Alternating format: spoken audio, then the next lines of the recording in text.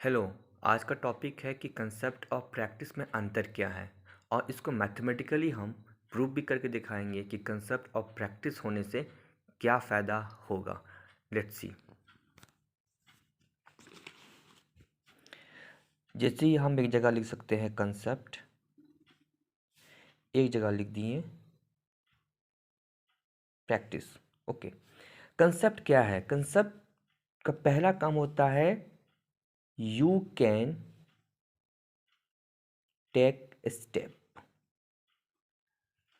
आप स्टेप ले सकते हैं, किसी भी थ्योरी किसी भी न्यूमेरिकल में आप स्टेप ले सकते हैं और स्टेप लेते लेते आप रिजल्ट तक पहुंच सकते हैं। You may reach at result. Okay, तो आप रिजल्ट तक पहुंच सकते हैं, लेकिन रिजल्ट हो सकता है रॉन्ग आ जाए।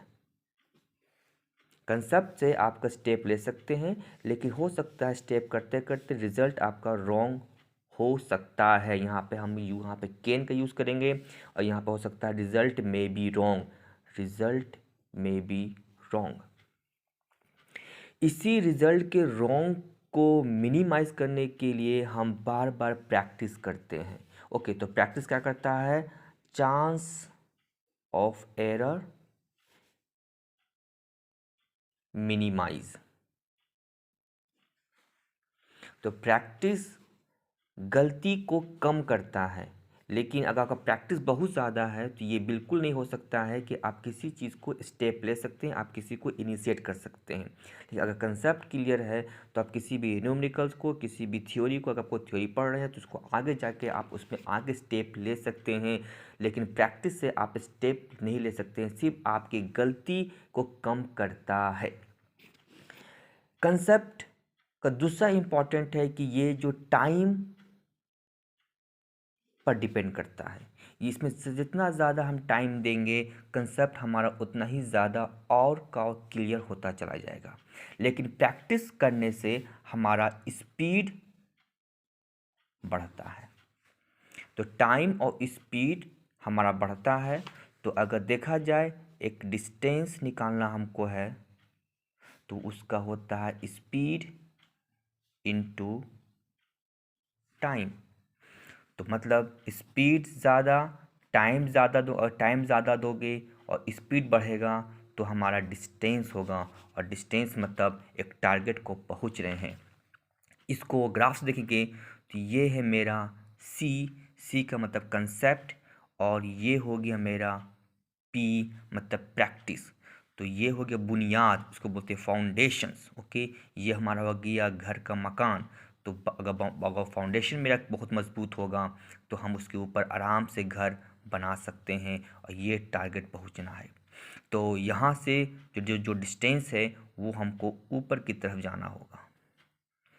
लेकिन यहाँ पर जो डिस्टेंस है वो डिस्टेंस हमारा इधर भी हो सकता है, इधर भी हो सकता है, इधर भी हो सकता है।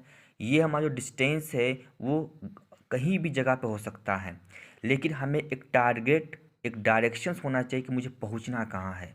तो ये डायरेक्शन हुआ फ्रॉम कंसेप्ट टू प्रैक्टिस। ये मुझे टारगेट यहाँ तक पहुंचना, तो हम एक एरो का साइन देंगे। ये एरो का साइन का मतलब हो गया, इसी को बोलते हैं गाइडलाइंस। मीन्स ये गाइडलाइंस तुम्हें देगा टीचर, या कहीं भी कोचिंग पढ़ते हो, ट्यूशन पढ़ते हो, यहाँ तक किताबें भी तुम्हें दे सकता है गाइडलाइंस। तो ये स्पीड हुआ। ओके, इसी तरह से अगर हम लोग ये जो एरो का साइन दे देते हैं तो ये कहलाता है डिस्प्लेसमेंट। ओके, तो अब ये कहलाएगा, यहाँ पे जो मूवमेंट है वो तुम्हारा कहलाएगा वेलोसिटी। तो अब स्पीड चेंज हो जाएगा वेलोसिटी के साथ, मतलब कि हम एक पार्टिकुलर डायरेक्शंस की तरफ हम मूव कर रहे हैं। तो अब हमारा जो डिस्प्लेसमेंट होगा वो होगा वेलोसिटी इनटू टाइम। तो हम तब जाके एक पार्टिकुलर डायरेक्शंस में हम फ्लो कर सकते हैं। तो फ्लो मतलब पार्टिकुलर डायरेक्शन के लिए हमें गाइडलाइंस की ज़रूरत पड़ता है। तो यही बहुत बेसिक चीज़ है। तो ये दोनों अगर कोई भी एक चीज़ मिस किया तो उम्मीद कम है कि हम एक कहीं सही डायरेक्शन पे पहुंच सकते हैं। तो पहुंचने के लिए मुझे कंसेप्ट की ज़रूरत होता है, इसलिए पहले कंसेप्ट वो एक बुनियाद तैयार करते हैं, मतलब एक घर का बेस ये घर का बेस हो गया है। अब इसके ऊपर हम मकान खड़ा कर सकते हैं, जितना भी बिल्डिंग का। तो ये हमारा एक प्रोसेस हो गया है। और जितना ज़्यादा हम टाइम देंगे, स्पीड देंगे, हम डिस्टेंस उतना लंबे समय तक हम दौड़ सकते हैं। मैदान में, फील्ड में हम टक्कर ले सकते हैं और बड़ा एग्ज़ाम को भी हम क्रैक कर सकते हैं। ये एग्ज़ाम ही के लिए नहीं है, दुनिया किसी चीज़ के लिए भी हो, चाहे वो खुद पढ़ाई के लिए हो, चाहे कॉम्पिटिशन एग्ज़ाम के लिए हो, अगर किसी पढ़ाई में आप आगे करना चाहते हैं, रिसर्च करना चाहते हैं, सभी के लिए ये चीज़ बहुत बेसिक है। तो प्रैक्टिस और कंसेप्ट हमेशा अपने पास रख कर चलना होगा। किसी एक को छोड़ोगे तो उम्मीद कम है कि हम एक सही डायरेक्शन पे पहुंच सकते हैं। Thank you.